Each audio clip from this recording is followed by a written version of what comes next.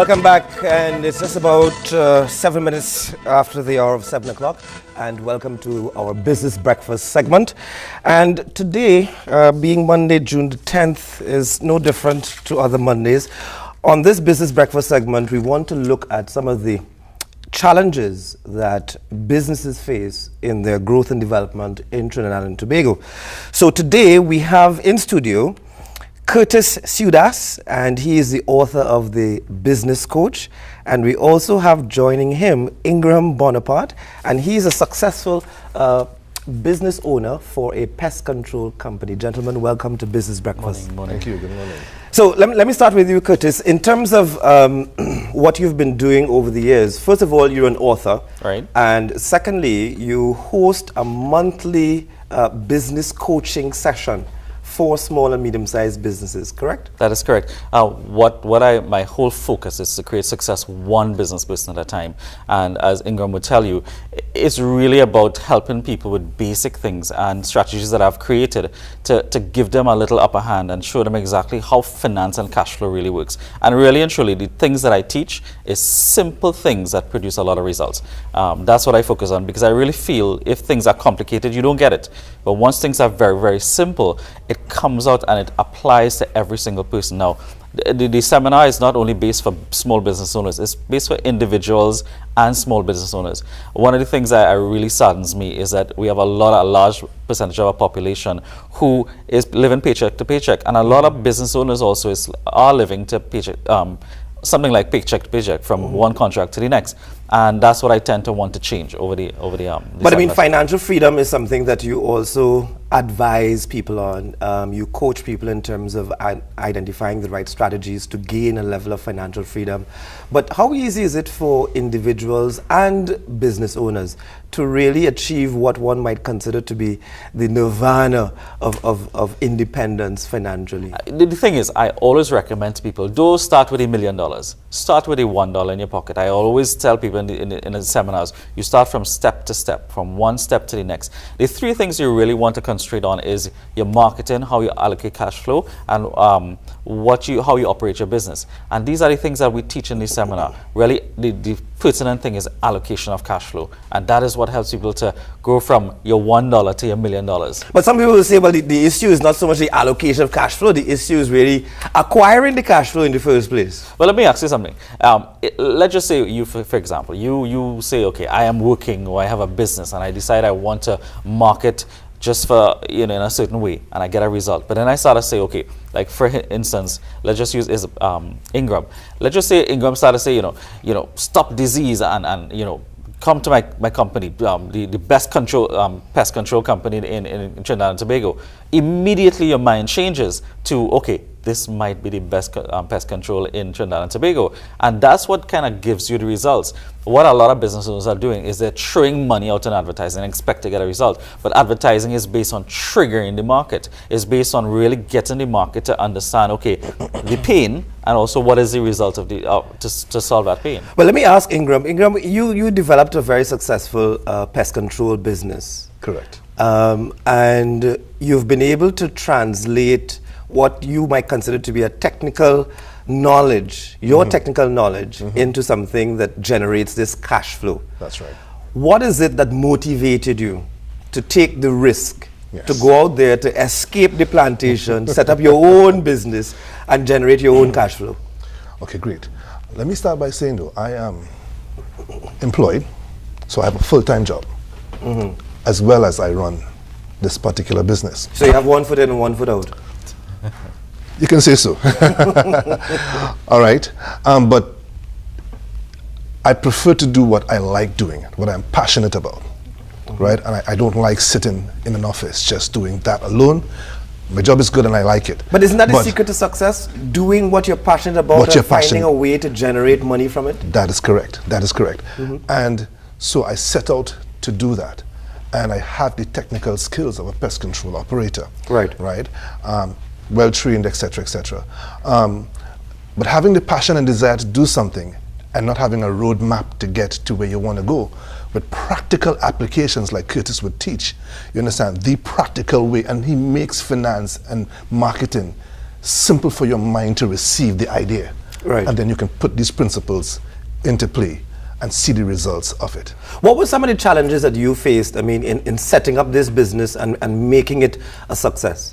Okay, well, first and foremost, my business started off with practically no capital. As I said, it was just a dream, and I went out there to do it, bit by bit putting things in place, right? And then fortunately for me, I attended one of Curtis's seminars. And how did you convince people to use your pest control service? All right. I like when he say appeal to person's pain. This is one of the high points of the seminar for me. In other words, you need to cause people to understand why they should purchase your product. And if something affects someone and you have a solution to that, then certainly they would want to try what you're offering. So for instance, if you let people know that there are certain pests that can affect their health, and you have the solution to that problem, so you know that's what they would go after. And that's like what he was just saying, appeal to the pain, of that, and that's a marketing strategy in itself, made simple. Yeah. So when I market or when I advertise my business, I would not just say, well, okay, I'm selling pest control. No, I'm selling a solution to a problem that you may have. Right. And how long did it take you to develop your client base? Needless to say, still in the process, developing that, all right? But my client base have begun to grow exponentially since my interaction with Curtis and doing the business. And I would say my business is probably just about 2.5 years old. Right. Really and truly. And how many people do you employ? I employ currently 3 persons. Needless to say, my wife, my son, and I have one other individual who's not family member, but is a close friend who's working with me as well. Young men. Right. And so far you've been able to generate sufficient revenues to keep 3 persons fully employed. That is correct, yes. So Curtis, what are some of the, I mean, you have basically assessed and you have been in midst of understanding how individuals and business owners go about this process of developing businesses over the period of the past 5 years at least. What are some of the greatest challenges that people face in making that decision to develop their own business? One of the biggest challenges that I see, even when people now starting off or they have a small business, is really and truly they are revolving cash or revolving capital. They have every single thing in one account. And you ever had Callaloo? If you have Callaloo and you start the Callaloo, you could pick out everything. But after you have the Callaloo, you can't pick out nothing at all. In the same way, what happens? People have one account that they do everything at all. And what I teach people to do is do daily allocation of assets, as we said before. And if you're a business owner listening this morning, it's very important to understand one thing. If you begin to really say, listen, I'm going to get addicted to moving money every single day from profit. If I make $10 profit today, I just begin to put it in operating expenses, wanting to develop another cash flow, whatever it may be. And then you begin to see the results of what is happening. What I also teach people is not to have a singular cash flow. Let your cash flow begin to start with your primary business, and then use that cash flow and now put supporting things under you. But what about people who have business ideas? They see needs that are unfulfilled. They see an opportunity in the wider community and so on, but they're hesitant. What would you tell them? The first thing is that you have to ensure that your product can be sold. You don't want to have a business idea because we have a lot of ideas, but you have to ensure that there's a market for it. How would they go about it? You don't want to have some business idea that nobody is going to buy.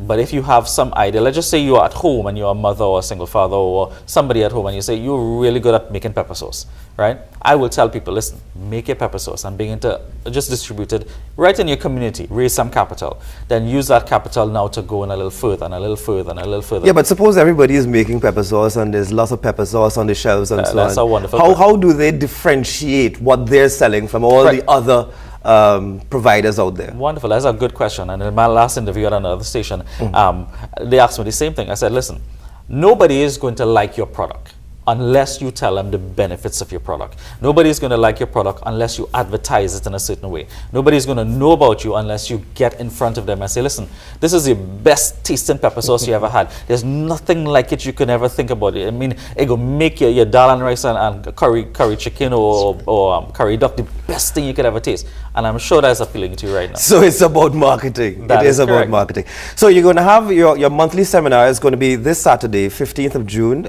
It's going to be held at the Grace Conference Center on Page Road in Tunapuna from 1 p.m. to 5 p.m.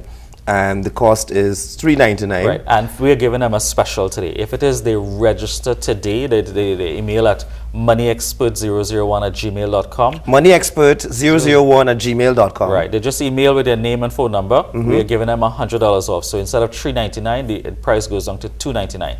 The reason I want this price, because a lot of these seminars cost over $1,000, $2,000. The reason I want to make it that affordable. So I just want to repeat the price. If you register today, we take $100 off. So it goes from $3.99 to $2.99. Right. Right.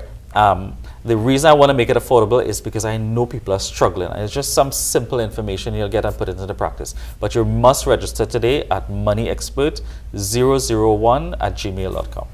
And Ingram, you recommend that people attend this conference? Certainly. And this conference is held on a monthly basis? That is correct. Do you still attend these conferences? Oh, certainly. As a matter of fact, he allows me to host conferences with him at times. At times? That's correct. And you're able to coach other prospective business owners and existing business owners? That's correct. In moving their businesses forward. That's so right. What's next for your pest control business? What's next? Good question. But certainly, we are right now mainly concentrating on satisfying our customers. Making our company customer friendly. Right. Right, so that we don't go with what is the culture. I just do business with you because I want some money. But we want to let you know that we have a face, we are people, just like you are, and we want to satisfy your needs. Excellent. Yeah. Well, at Morning Edition, we are also very customer friendly. So, gentlemen, thank you for coming in. Pleasure, man. And we're going to take a very quick break, folks, and I'll be handing you back to Mr. Fazir Mohammed, who will take you through to the end of today's program. Thank you for being with us.